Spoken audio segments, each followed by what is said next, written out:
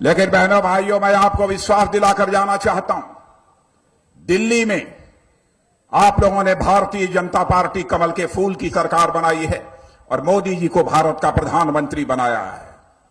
Bharatiya Janata party को आपने clear majority, स्पष्ट बहुमत भारत की संसद में दिया है। दिल्ली में तो सरकार बन गई है और मैं ये कहने आया हूं, दिल्ली में सरकार बनाकर आप लोगों ने हम लोगों को कुर्ता तो पहना दिया है, लेकिन पश्चिमी बंगाल में भी भाजपा की सरकार बनाकर हमें पायजामा भी पहना दीजिए, यही अपील करने के लिए आप सबके बीच है। भाई, केवल कुर्ते से काम चलेगा नहीं, धोती भी होनी चाहिए, पायजामा होना चाहिए, कुछ तो चाहिए। नहीं आपको हम केवल कुर्ता पहना दे और धोती न पहनाए तो आपका काम चल जाएगा? नहीं चलेगा। तो सचमुच देश को बनाना चाहते हैं, यहां की गरीबी को दूर करना चाहते हैं, यहां की किसानों की, गरीबों की समस्याओं को दूर करना चाहते हैं, तो इस हिंदुस्तान में एक ही पार्टी है, वह भारतीय जनता पार्टी, जिसका चुनाव चिन्ह है कमल का फूल। अच्छा, ये बताइए, जब 5 साल पहले चुनाव हो रहा था तो ममता जी आती थी और टीएमसी के नेता आते थे, कहते थे ना परिवर्तन होगा, परिवर्तन होगा, यही ना? लेकिन कोई परिवर्तन दिखाई दिया? 35 साल में 35 साल तक यहां पर कम्युनिस्ट की सरकार रही है। कम्युनिस्ट ने लूट डाला पश्चिम बंगाल को और फिर कहा कि परिवर्तन करो। परिवर्तन की लोगों ने सोचा परिवर्तन होगा, नया सवेरा आएगा, सूरज की नई किरण हमको दिखाई देगी। तो सूरज की एक भी नई किरण आपको दिखाई दी? नहीं दिखाई दी, अंधेरा ही अंधेरा है। और यह भी टीएमसी ने कहा था, मां, माटी और मानुष, यह बात कही थी कि नहीं कही थी? बहनों भाइयों, आज मैं दावे के साथ कह सकता हूं कि पश्चिमी बंगाल के हालात ऐसे हैं, न तो यहां पर मां सुरक्षित है, न तो यहां पर माटी सुरक्षित है, न तो यहां पर मानुष सुरक्षित है। ऐसे हालात इस सरकार ने पैदा कर दिए हैं, ऐसे हालात पैदा कर दिए। तो ऐसी सरकार को यहां से जाना चाहिए कि नहीं जाना चाहिए? अब मैं कांग्रेस की हालत बतलाऊं। सबसे ज्यादा लंबे समय तक सरकार इस देश में किसी पार्टी ने चलाई है तो कांग्रेस ने चलाई है, और पश्चिमी बंगाल में सबसे ज्यादा सरकार चलाई है तो कम्युनिस्ट ने चलाई है, दोनों ने चलाई है। और मेरे बहनों भाइयों, 5 साल से इनका भी हाल आपने टीएमसी का भी यहां पर देख ही लिया है। अब इस बार कांग्रेस और कम्युनिस्ट दोनों मिलकर यहां पर सरकार बनाना चाहते हैं, चुनाव लड़ रहे हैं, मिलकर लड़ रहे हैं।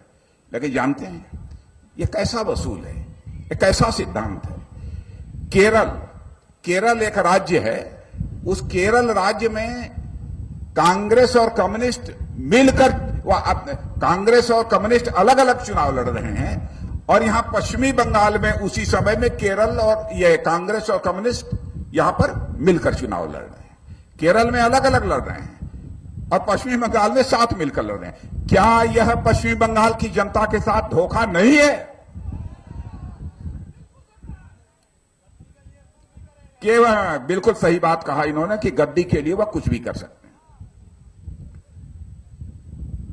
इंसान ऐसा होना चाहिए कि जो एक बार वचन दे दे, बहनों भाइयों, वचन किसी भी सूरत में खाली नहीं जाना चाहिए। यही ना आदिवासी बहनों भाइयों को तो यही सिखाया गया है ना, जिंदगी चली जाए लेकिन हमारा वचन खाली नहीं जाना चाहिए। यही हम लोगों के जीवन की सबसे बड़ी आन बान शान है, यही है। लेकिन यहां ऐसे हालत बना दिए। बहनों भाइयों, जब से दिल्ली में सरकार आई है, हम लोगों ने फैसला किया है कि आपके घर गैस सिलेंडर है, खाना बनाने वाला गैस कनेक्शन है कि नहीं? अब मेरी बात सुन लीजिए। हम लोग कुछ ही महीने के अंदर, हमारे प्रधानमंत्री जी ने घोषित किया है कि हम इस देश में गरीबी रेखा के नीचे रहने वाले जो सबसे गरीब हैं, उनको 1 करोड़ परिवारों को मुफ्त में गैस कनेक्शन मुहैया कराएंगे। यह हमारी सरकार ने फैसला किया, 1 करोड़ परिवारों को। और अब तक जो सब्सिडी सहायता, सुविधा बिचौलियों के माध्यम से आपके पास पहुंचती थी। अब हम लोगों ने फैसला किया है जो बैंक में आपका खाता है सीधे उस खाते में दिल्ली के बैंक के खाते से निकलेगा और सीधे आपके बैंक के खाते में पहुंच जाएगा। यह हमारी सरकार का फैसला है। और मैं अपने आदिवासी भाइयों को बतलाना चाहता हूं, इसी बजट में, और मैं प्रेस के लोग बैठे हों तो वह नोट कर लें, मेरी बात गलत हो तो कल अखबारों में लिख देंगे, क्योंकि मैं गरीब जनता को धोखा देकर जीवन में राजनीति मैंने नहीं किया। उनके आंखों में धूल झोंक कर मैंने राजनीति नहीं की है, बल्कि जनता की आंखों में आंख डालकर मैंने राजनीति की है। इसलिए मैं यह बात कह रहा हूं। इसलिए मैं कह रहा हूं, जो मैं कह रहा हूं उसके प्रमाण हैं, जो सच है वही कह रहा हूं। अन्य राजनीतिक पार्टियों की तरह केवल वोट हासिल करने के लिए आपको गुमराह करने की कोशिश नहीं कर रहा हूं। जहां तक रोजगार का सवाल है, मैं आपसे पूछना चाहता हूं, नौजवानों को रोजगार कुछ मिला उला है कि नहीं? कोई रोजगार नहीं। अब हम लोगों ने, जो नौजवान भले ही कम पढ़ा लिखा हो, अनपढ़ हो, उसके अंदर भी 15 दिन, 20 दिन, महीना, 2 महीना, 3 महीना की ट्रेनिंग देकर उसके अंदर कौशल विकसित करेंगे, उसके अंदर योग्यता विकसित करेंगे, ताकि वह कोई न कोई छोटा काम अपने हाथों से कर सके और अपने पैरों पर खड़ा हो सके। एक ऐसी योजना हम लोगों ने प्रारंभ की है और अब तक लगभग 1 करोड़ से अधिक नौजवानों को सारे देश भर में हम लोगों ने रोजगार का अवसर मुहैया कराया है। और मैं आपको बतलाना चाहता हूं, जिस दिन हमारी पश्चिमी बंगाल में सरकार बन जाएगी, 15 दिन के अंदर हम उस योजना को पश्चिमी बंगाल में भी प्रभावी तरीके से मेरे बहनों भाइयों लागू कर देंगे, ताकि पश्चिमी बंगाल के नौजवानों को भी रोजगार का अवसर मुहैया हो सके, उनके अंदर भी कौशल विकसित किया जा सके। उसको अंग्रेजी में कहते हैं स्किल डेवलपमेंट का कार्यक्रम, स्किल डेवलपमेंट, यह हम लोगों ने तय किया है। जहां तक पश्चिमी बंगाल का सवाल है, कलकत्ता का बड़ी बड़ी इंडस्ट्री थी, बड़ी बड़ी फैक्ट्रियां थी, जूट का उद्योग था, चाय का उद्योग था, कपड़े का व्यवसाय था, सब समाप्त हो गया कि नहीं हो गया? अब काहे का उद्योग चल रहा है? अब उद्योग चल रहा है बम का उद्योग चल रहा है। बम बन रहे हैं, बिक रहे हैं कि नहीं बिक रहे हैं? तो ऐसी ही सरकार चाहिए। बहनों भाइयों, मैं आज आपको कहकर जा रहा हूं, केवल पश्चिम बंगाल में हमारी सरकार बना दीजिए, मैं आपको विश्वास दिलाता हूं, बम बनाने वालों को उठाकर जेल के भीतर हम डाल देंगे, उनको बाहर नहीं रहने देंगे।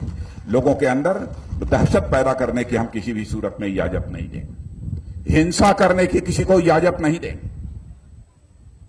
उनका स्थान, उनका घर नहीं होगा, सरकार की जेल होगी।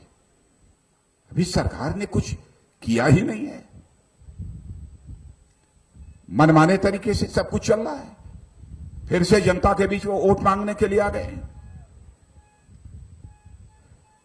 बांग्लादेशी घुसपैठिए चले आ रहे हैं। यहां पर हैं बांग्लादेशी घुसपैठिए कि नहीं?